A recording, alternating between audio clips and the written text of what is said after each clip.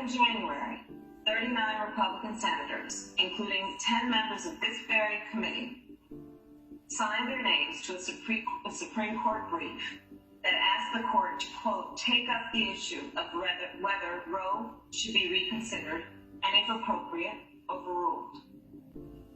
So let's not make any mistake about it.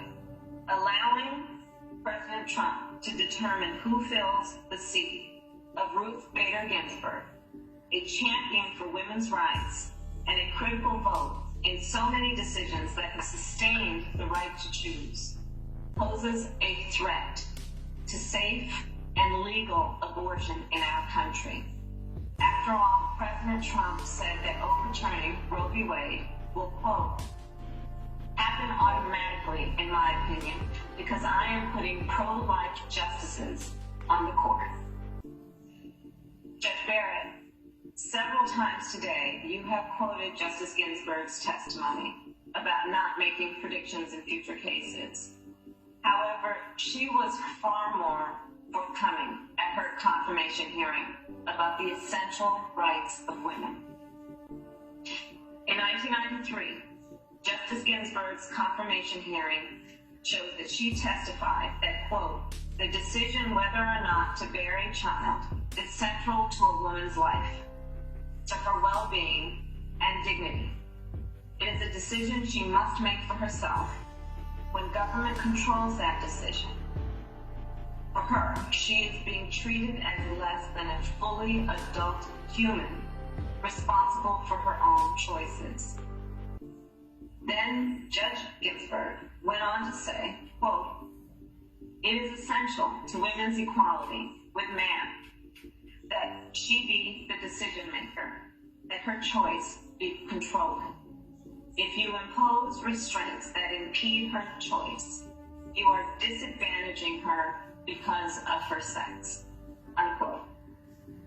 Now, Justice Ginsburg did not tell the committee how she would vote in any particular case, but she did freely discuss how she viewed a woman's right to choose.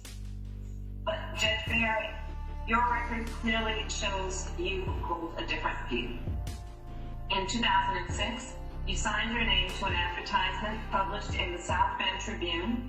It described Roe v. Wade as, quote, an exercise of raw judicial power, and called for putting, quote, an end to the barbaric legacy of Roe v. Wade. You signed a similar ad in 2013 that described Roe as, quote, infamous, and expressed opposition to abortion. Also in 2013, you wrote an article about Supreme Court precedent in which you excluded Roe from a list of well-settled cases that you said, quote, no justice would overrule even if she disagrees, suggesting, of course, that you believe Roe is susceptible to being overturned. On the 40th anniversary of Roe, you delivered a speech in which you said that the court's recognition of the right to choose was, quote, created through judicial fiat, rather than grounded in the Constitution. And during your tenure on the 7th Circuit Court of Appeals, you have been willing to reconsider abortion restrictions that other Republican-appointed judges found unconstitutional. As the Senate considers filling the seat of Justice Ruth Bader Ginsburg, who was straightforward enough in her confirmation hearing to say that the right to choose is, quote, essential to woman's equality, unquote, I would suggest that we not pretend that we don't know how this nominee views a woman's right to choose and make her own health care decisions. Mr. Chairman, I ask unanimous consent that the following 3 documents be entered into the record.